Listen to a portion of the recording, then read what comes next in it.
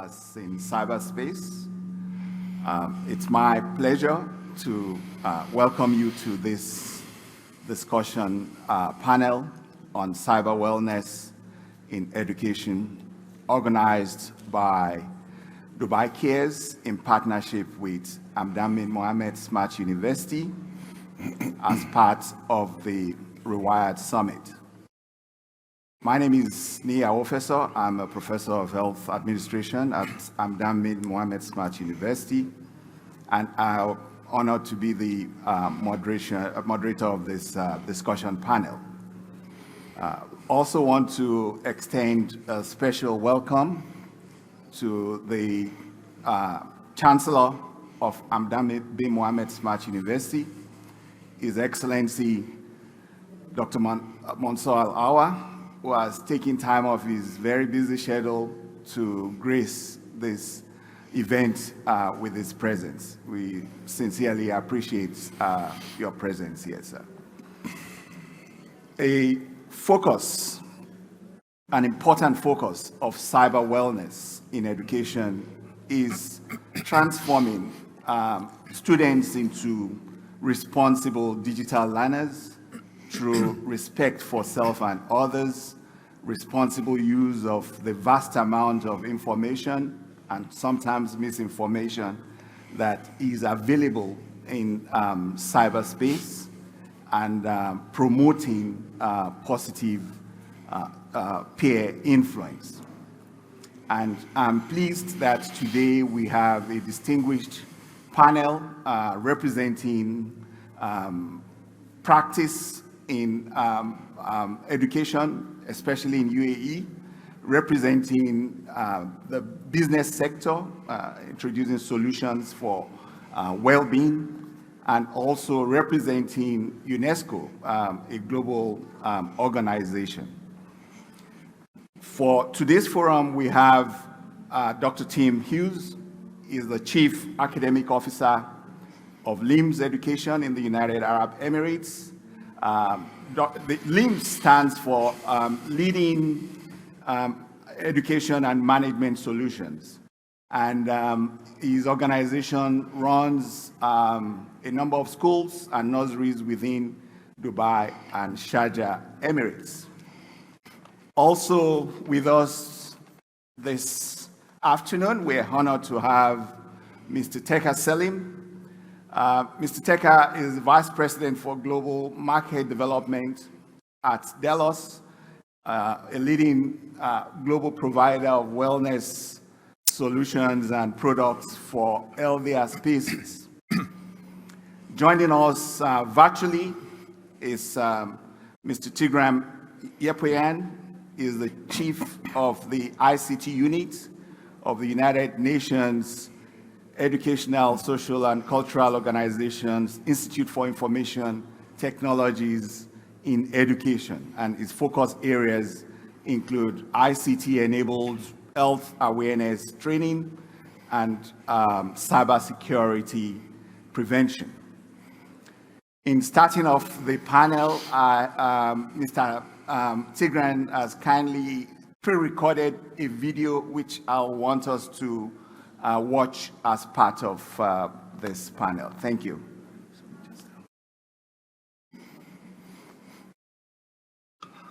Dear participants, I'm Tigran Yepoyan, UNESCO Health and Education Advisor for Eastern Europe and Central Asia. Violence, bullying and cyberbullying in education settings is a daily reality that denies millions of children and young people their fundamental right to education. According to the most recent data, 1 in 2 children in some European countries, 1 in 3 students in South Africa, and 6 in 10 children in the United States reported they experienced cyberbullying. 2 years ago, all UNESCO member states declared the first Thursday of November the International Day Against Violence and Bullying, including cyberbullying, to raise public awareness and put an end to the spread of violence and bullying as gross violations of the rights of children and young people to education, health and well-being. COVID-19 pandemic not only caused a major disruption in education, but also increase of children's screen time. While internet presents unprecedented opportunities for connection and learning, it also puts children and young people at a risk of online violence. In Europe, 44% of children who were cyberbullied prior to COVID-19 reported that it had increased during lockdowns. Data from several other countries also reveals that children, in particular girls, are increasingly at risk of being targeted by criminal sex predators. The boundary between online face-to-face bullying and cyberbullying is blurred, since there is a strong continuum between these two. Students are often targeted offline and online by the same perpetrators. Cyberbullying is also often influenced by offline relationships and interactions. Online violence, including cyberbullying, has a negative effect on academic achievement, mental health, and quality of life of students. Children who are frequently bullied are nearly 3 times as likely to feel left out at school as those who are not. They are also twice as likely to miss out on school. Although online violence is not limited to school premises, the education system has an important role to play in addressing online safety, digital citizenship, and technology use. Formal education can and should play an important role in providing children and young people with the knowledge and skills they need to identify online violence and protect themselves from different forms, whether perpetrated by peers or adults. To ensure safe and inclusive learning environments, UNESCO advocates a comprehensive school health approach that includes policy and systems, skills-based health education, safe learning environments, and links to health and other services. UNESCO provides the most up-to-date and comprehensive global evidence on violence, bullying, and cyberbullying, and supports countries to develop effective policies to prevent and address different forms of violence and bullying, including cyberbullying. UNESCO IIT, where I'm based, works with the education sector to capacitate teachers to address violence and cyberbullying in classroom. We also work with media and youth organizations and influencers to promote zero tolerance to violence and bullying and empower young people to safely navigate cyberspace and protect themselves from online and offline violence. Video lessons about violence and cyberbullying, teacher guides on violence prevention and response, TV series and youth publics in social media networks supported by UNESCO IIT are just some examples of our work. Thank you for your attention and looking forward to seeing you at the panel discussion soon. Thank you very much, Mr. Tigran. I want to start the panel questions by asking Dr. Tim to help us understand the concept of cyber wellness in education. This cyberspace is barely 40 years in existence, but the concept of cyber wellness is less than a decade old in terms of awareness. So it would be helpful for a distinguished educationist to tell us what this means from an education context. Dr. Tim. Thank you, Professor Nee and fellow panelists. It's lovely to be here this afternoon and to engage in this discussion. In terms of your question, I think the short answer is that cyber wellness is the positive well-being of internet and technology users. But in terms of well-being, whilst we might be talking about cyberspace, we also have to think of well-being being both physical and mental. And I do think that they are connected.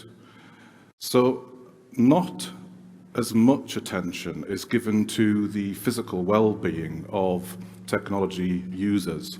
So, for example, the ergonomics even of our workstations, both in our workplace, in our schools, in our educational institutions, and also in our homes, is really important to consider.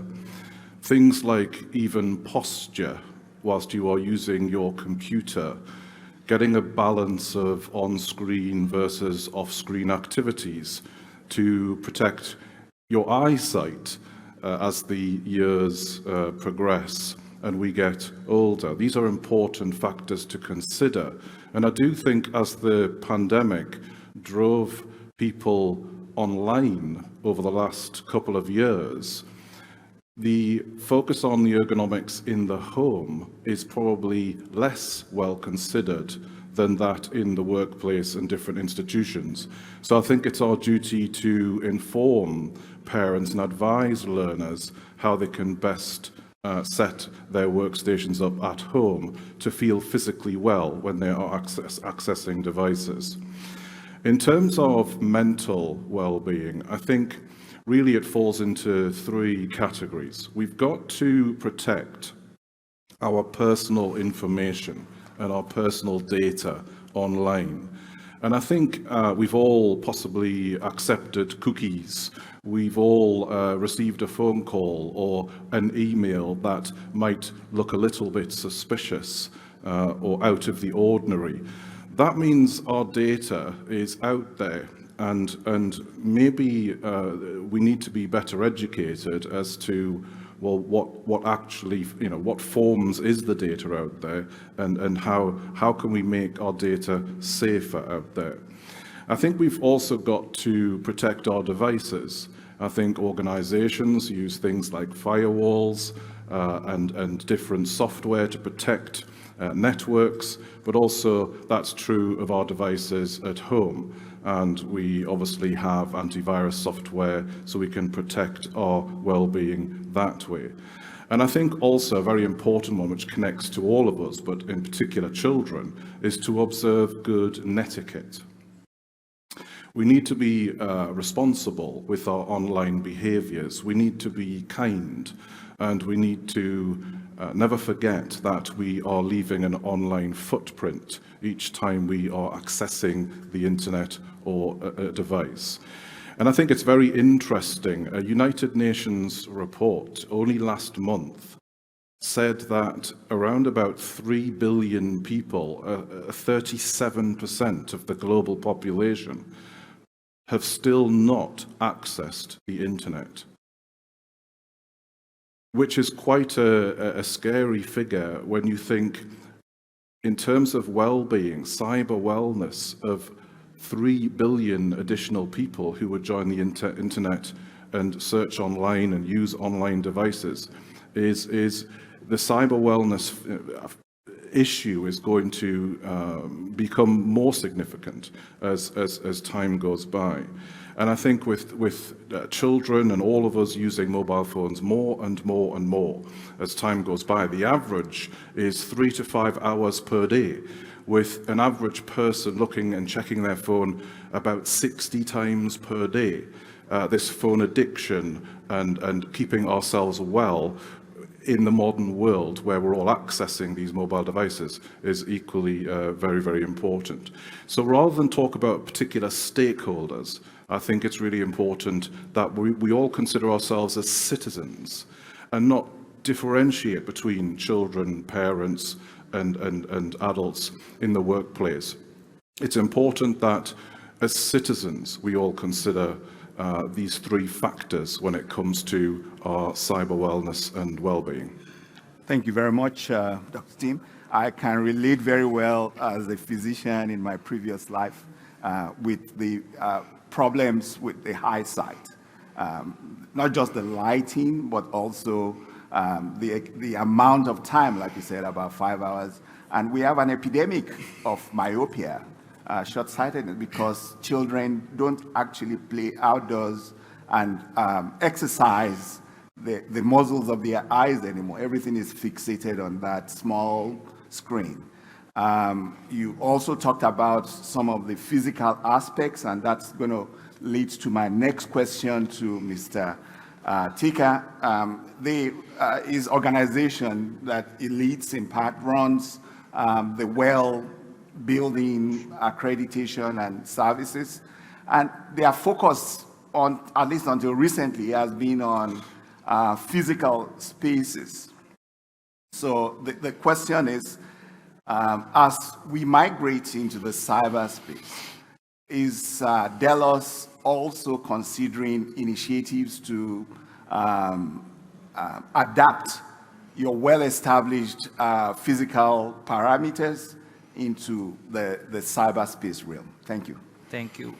Well, so first I would just start by just giving this background on Delos and how we started, and now with the era of what's happening with everyone moving to the internet. But we were, as a company, we are a health and well-being company. The first thing that we have done is we invested significantly in research to understand the built environment. So we wanted to understand how air, water, lights, acoustics, nourishment, mind, community, and how are these things together impacting the health and well-being of people inside. I mean, today we became the largest certification platform for healthy buildings around the world in 3 billion square feet in 108 countries. But when you look at 90% of our times indoors, we're spending the majority of our times indoors, and I always mention that in this part of the world, we spend over 98% of our times indoors. So when you look at the climate in a country like the UAE, and you look at how much, and you look at the data that is coming out of the Dubai Health Authority, saying that 85% of the population has vitamin D deficiency. With this temperature, it shows you how much time we're spending indoors. So as an organization, we've been focusing on research. Actually, back in 2015, we've developed a research lab in collaboration with Mayo Clinic. It's a 50-50 collaboration between us and Mayo Clinic.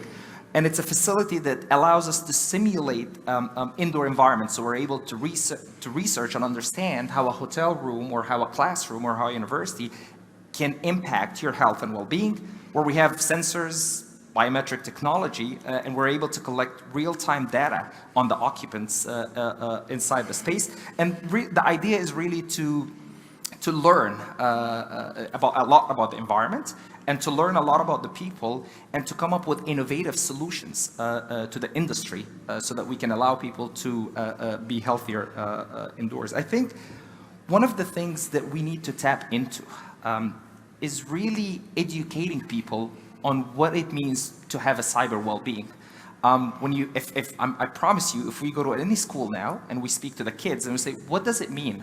What is cyber well-being for you? So I think we need to focus on educating the students, educating their parents, and educating people about the importance of this. And I think there are several ways that we can do this, where we can have engaging platforms. We need to have students understand that this is something that is extremely important.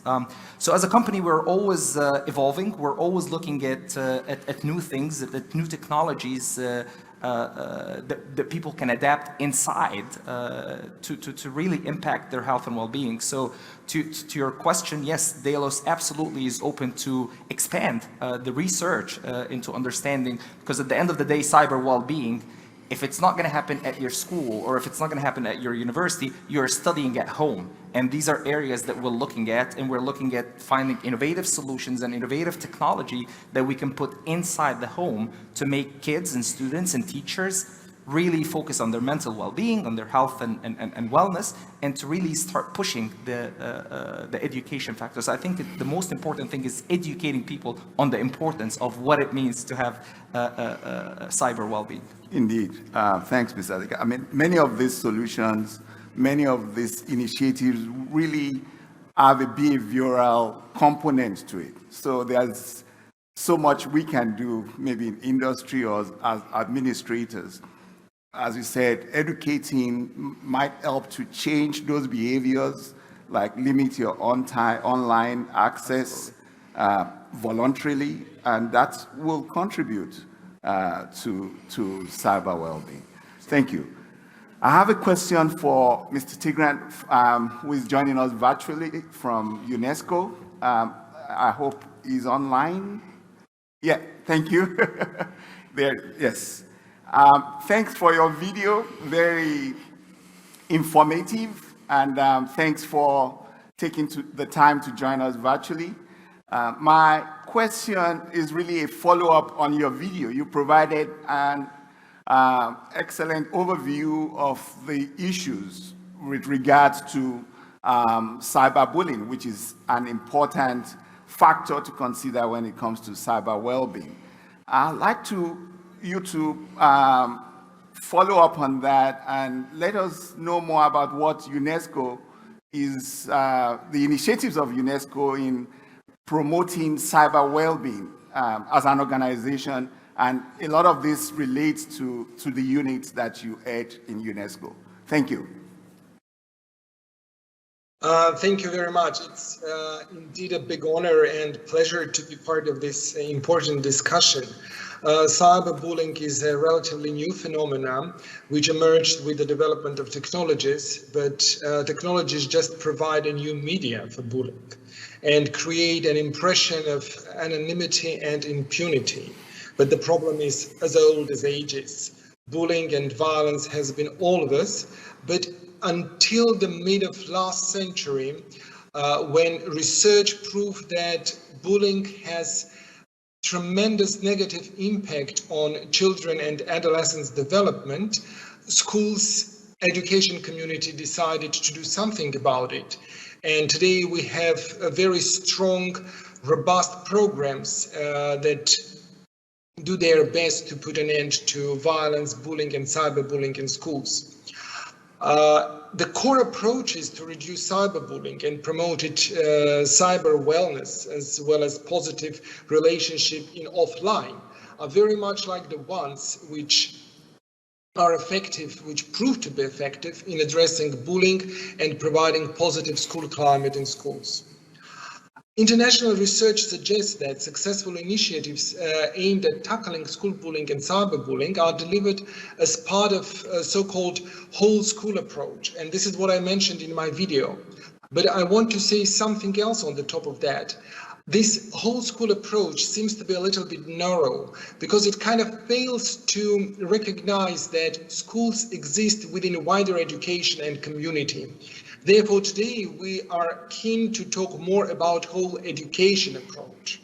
And this whole education approach builds on the interconnectedness of the school with wider community, including education system, technology, home, family, societal values and pressures, all of which can impact on the prevalence and type of bullying and cyberbullying that occurs in school and out of it.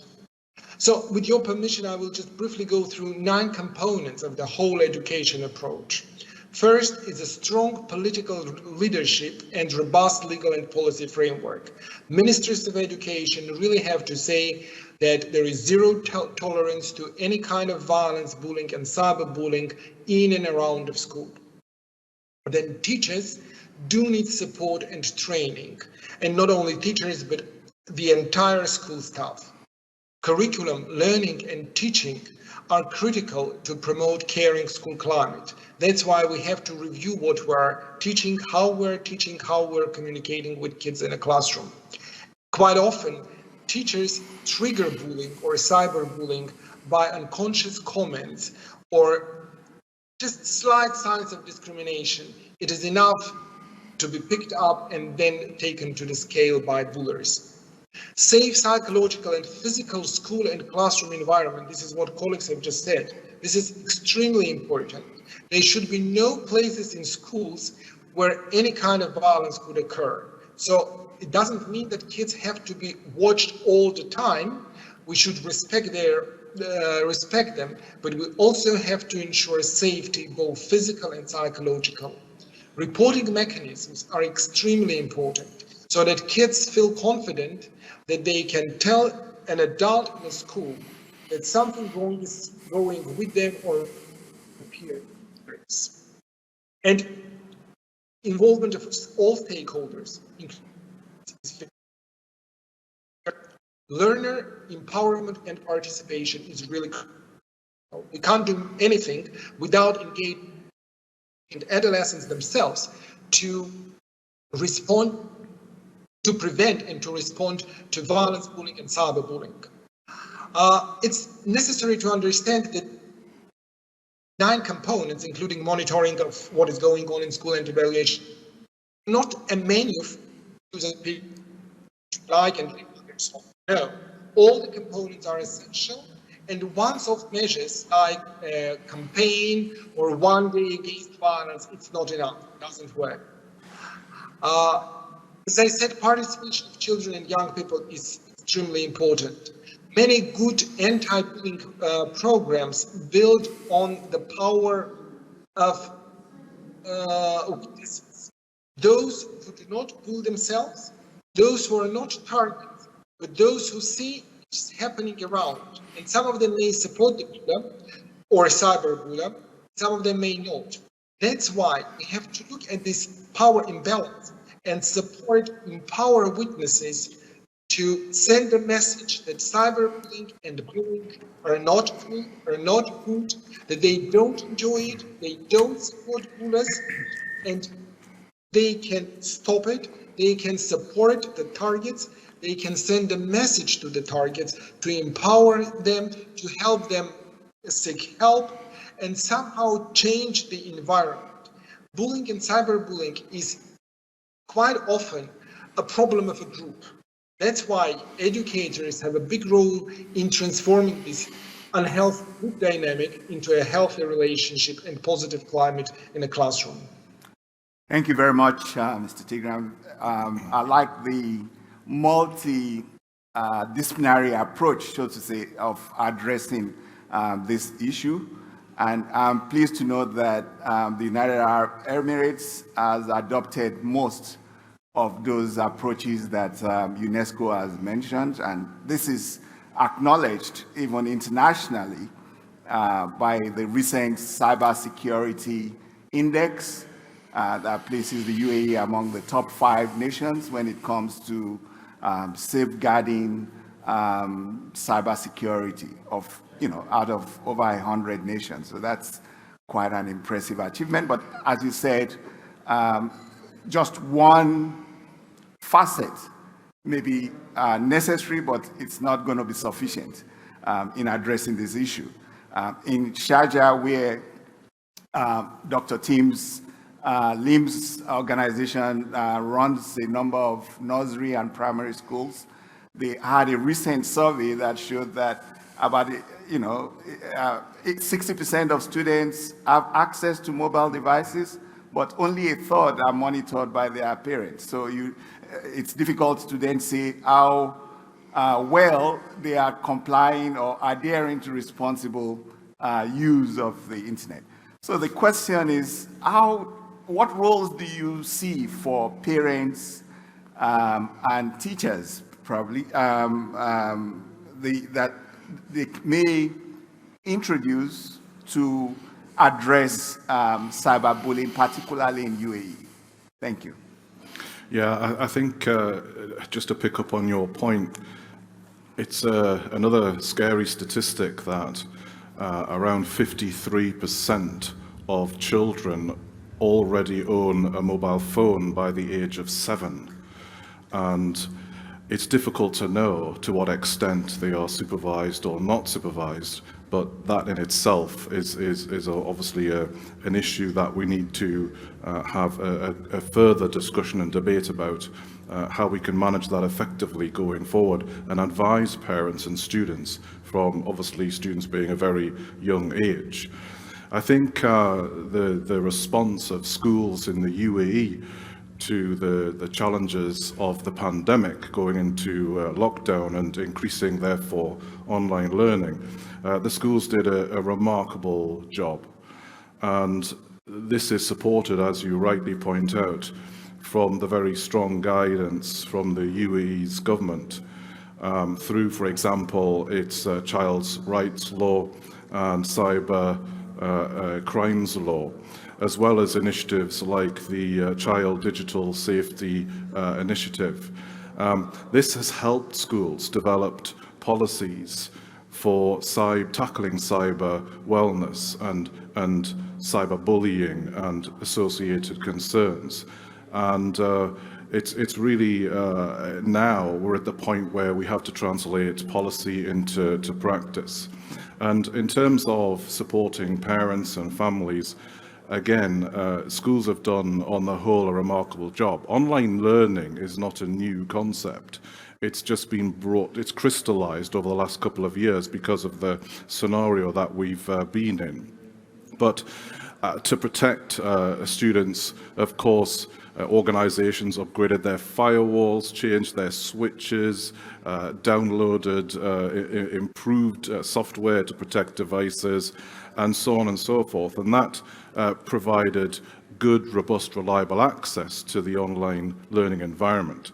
But then beyond that, all sorts of discussion forums, support groups, different training sessions for students, for parents, for teachers, meant that we could create that network and collaborative good practice to almost learn together as to what is best to do for parents and for students in this scenario. I think schools provided, for example, synchronous and asynchronous learning activities. They almost tried to keep the learning day as conventional or normal as possible. So we still had assemblies, and we still had breaks and lunch times, and lessons, live lessons, so parents and children could get a balance of activities on screen, off screen through the day, and still to try and keep communities together. There were some lovely examples of things like Safety Sunday, Mindful Monday, Take a Time Out Tuesday, Wellbeing Wednesday, Thoughtful Thursday, which just helped to give a different focus through the online learning, distance learning period. And I think that helped staff, students, parents get a balance of on-screen and off-screen activities. I think to pick up on another point that's been made, there's a really excellent paper by Nur Sayem and Malik Hussain, which really looked at cyber wellness policies across a number of schools.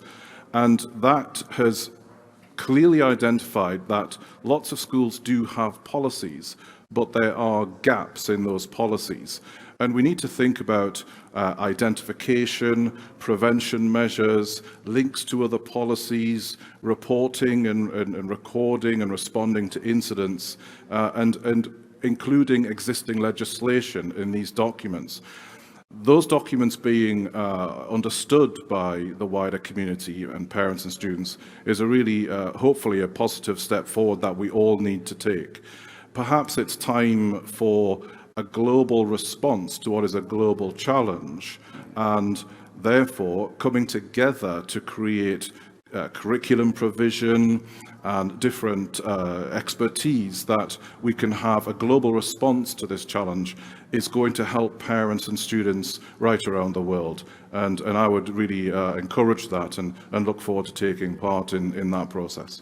Thanks very much, Dr. Tim. And I think part of this global response is what Mr. Tigran alluded to as the 10-point approach towards getting this done. And with regards to UAE, I think there is the deficit in digital literacy of our parents. The children grew up in the tech age, but not the parents. And that's why, how do you supervise something you are not very familiar with? I think this is part of the issues that we need to address, because technology alone will not help if you are not digitally literate. That's the reality for the older generation, including myself, actually. Mm-hmm. We'll have one more question for the panel, and then we'll open it to the audience for questions. And this question is for Mr. Tika. We know that Delos is very much invested in innovation, in research, and we want to learn more about some of the initiatives in the horizon with regards to how technology, the roles technology, including the regulation of technology companies through laws or other regulations, may play in improving cyber well-being in education? Thank you. I really want to tap into something that Mr. Tigwan has spoken about, and it's something that is very close to my heart personally. When you talk about cyberbullying, I mean, prior to joining Delos, I was giving speeches all over the world, hundreds of thousands of people, hundreds of schools all over the world. Bullying is not an issue that we just could say it's bad. There should be very, very, very strict regulations and measures from the government where it allows kids that are being bullied to have a platform or an application or something that they can go to and complain and file an official complaint, and bullies should know that the governments are not taking this. This should be a very, very, very serious thing that will be not tolerated. I mean, I've had messages from students after my speeches that are being bullied that wants to commit suicide. This is not something that we should take easily. Bad is not enough. Talking to the principal at a school or giving them detention is not enough. This is a real issue that needs to be addressed because it's very, very, very, very important. The other thing, and we've, Dr. Tim and Mr. Tigwan and you also tapped into, is control. We need to find a way to get the teachers, school, parents, to have control of what the kids are doing on the internet. You do not know what they are searching for, and I've got screenshots from, again, on my personal page, I have about 100,000 people that follow me. I had students coming to me, sending me screenshots that they're searching of innovative ways to commit suicide because they're being bullied. And it's something that is very close to my heart, as I said, because we need to find a way to monetize and understand what the kids are doing on their on their devices. That's very important. The third aspect, as it relates to what we do as a company, perhaps the Ministry of Education or someone needs to give access to the students to an application or a platform where they're able to understand what their surroundings are doing to them. How are the lighting that they're being exposed to through their circadian nerve, how is that impacting their health and well-being? How is poor air quality impacting their health and well-being? We've all seen the research highlighting that poor air quality does not only affect students' health and well-being, but also affects learning capacity through concentration loss, tiredness, and fatigue. And here, I will highlight, and since we have Dr. Mansour, the Chancellor of HBMSU, they've played a tremendous role in this as an education sector, where they've said, okay, we've adopted these wellness programs for the physical building itself, but now we want, as a university, we want to teach the well-building standard. We want people to know what it means to have a healthy indoor environments. And now, when we're having kids at home that they're spending the majority of their times learning at home, we want to make sure that these kids are educated through these innovative platforms. The last thing that I will tap into is that we need to get, again, when it comes to cyber well-being, and you look at kids spending all this time inside their homes, we need to find a way to get these kids to move. And again, it's a part of the well-building standard. Movement is a big chapter in the well-building standard. So how can we get kids to start moving? They're spending, you mentioned 3 to 5 hours. I know kids that spend 10 hours sitting and not moving. So there needs to be a way where we're rewarding the kids for moving. There are research that shows that any of the Apple Watches and the Fitbits and all of these different technologies that counts your steps, we all get them, we're all excited about them, we wear them for the first 3-4 months, and then they end up on the shelves. Because again, you will do everything with it and then you will never use it again.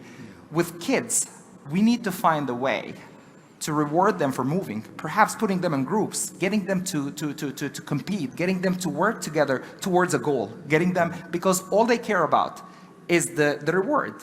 And when you look at it from a perspective that we're giving them these rewards to move or to be active, they'll start calling each other, hey, we want the reward. And guess what? We're saving them. We're saving hospitals. We're ensuring that they're not going to be having diabetes, cancers, obesity, and things that are really, really, really important. So we need to find a way to reward these kids for being active. Thank you so much. These are quite innovative approaches.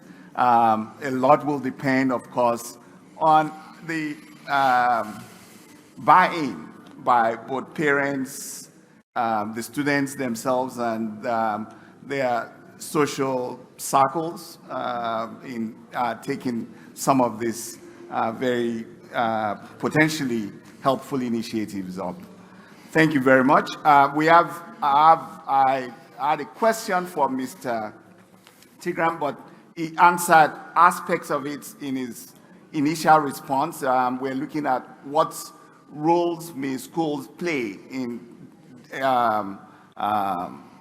providing a curriculum on wellness in education. And that can be done, that's best done globally. And that's where UNESCO comes in. But he's answered that when he said, look, we should be thinking of a whole of education system. If we have time after the audience questions, I may go back to him to probably provide a minute or two extra to show how UNESCO may have educational courses made as part of the curriculum in primary and high schools. But we'll focus on the questions for the participants, and I'll start with the gentleman over there, please.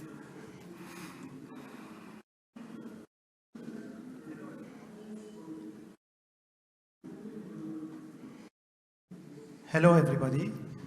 Thank you for the interesting discussion we had today on cybersecurity and well-being of schools and students. I just wanted to ask a precise question.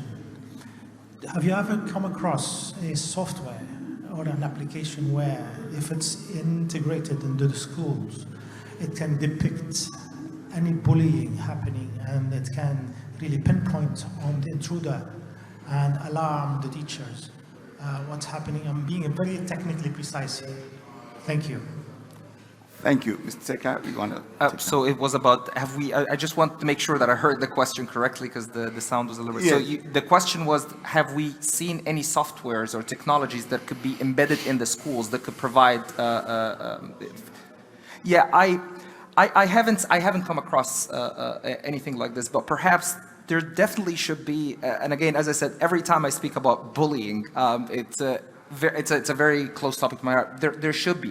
There should be something, and there should be a platform, there should be a software, and having a software is great, but having the government buy into the software, and it's mandated by the government at the school, so that the kids that goes to school, I was having conversations prior to this panel, where you will have, gentlemen, Ala was like, you'll have kids that don't want to go to school.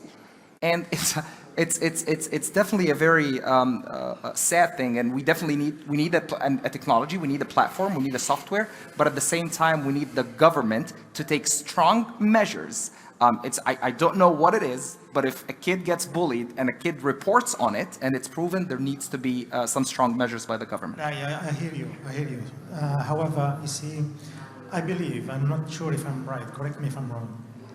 For example, Facebook and other multimedia platforms, they have the technology to stop, let's say, fake news. They have the technology to really stop very intrusive and ugly information, and that's really influencing the people badly. But they don't do it because they want the hypes, they want it's mocking them better, it makes more challenges, it makes more viewers, etc., etc. I'm sure that schools would love to have a software where they can stop the bullying, and the government would love to see that. But does it really exist? This is my question. I don't know if it really exists now. Well, yes. It's difficult to develop a software that will cover the myriad of ways in which cyberbullying takes place.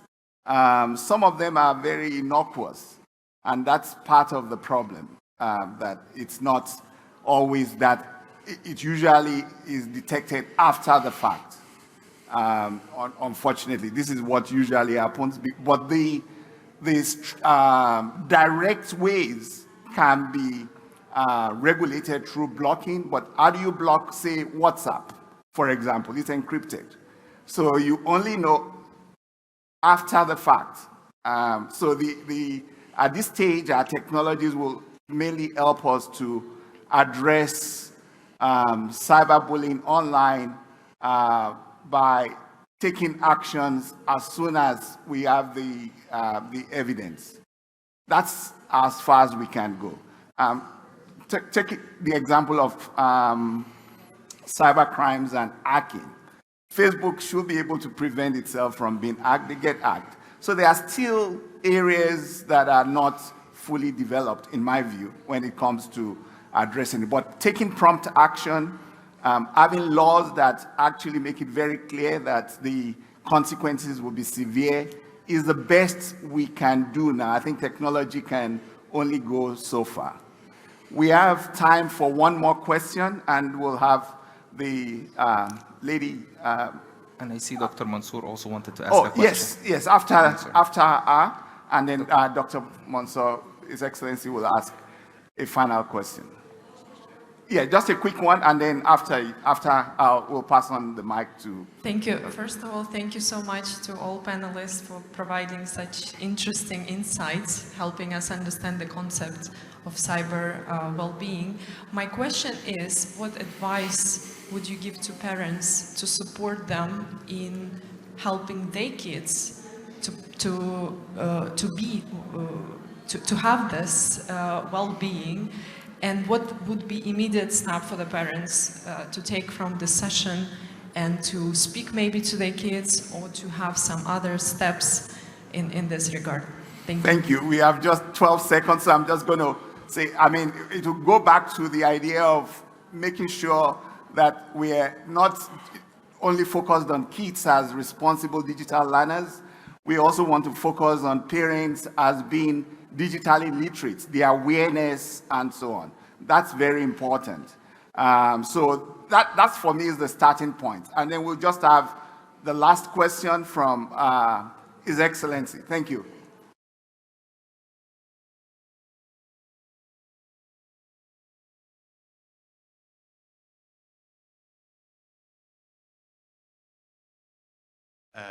Thank you very much, gentlemen, for a wonderful discussion. Actually, my point of view is a little bit going away from Mr. Tikha, what is close to his heart, about the bullying. I think what we are in need of in the future is to have kind of standards, a standard which identifies for schools and universities of the cyber well-being. And I think that part be a part of the quality of education these days should be in the evaluating schools and evaluating universities as well, as people are going more toward digital transformation. And I think those standards will identify the positive aspects of digital era that we're going to come in by pinpointing the way that you have gentlemen described very well, that combining both physical as well as online and well-being. These type of concepts, I'm putting the challenge to Mr. Tikha. Is Delos ready if Hamdan bin Muhammad Smart University will partner with you to come up with certain sets of standards of certified well-being higher education institutions as well as schools? We are always ready, Dr. Mansour, and I think this is a great point that you mentioned here, and we're always ready to even involve all our research partners and all our medical institutions so that we can definitely come up with a... I think would be a very good idea if the people, organizers in Rewired, to be able to witness such an agreement today, that HBMSU is welcoming, of course, other parties to the consortia, to be able to develop such a standard would become internationally recognized to have certified these schools and universities of cyber well-being.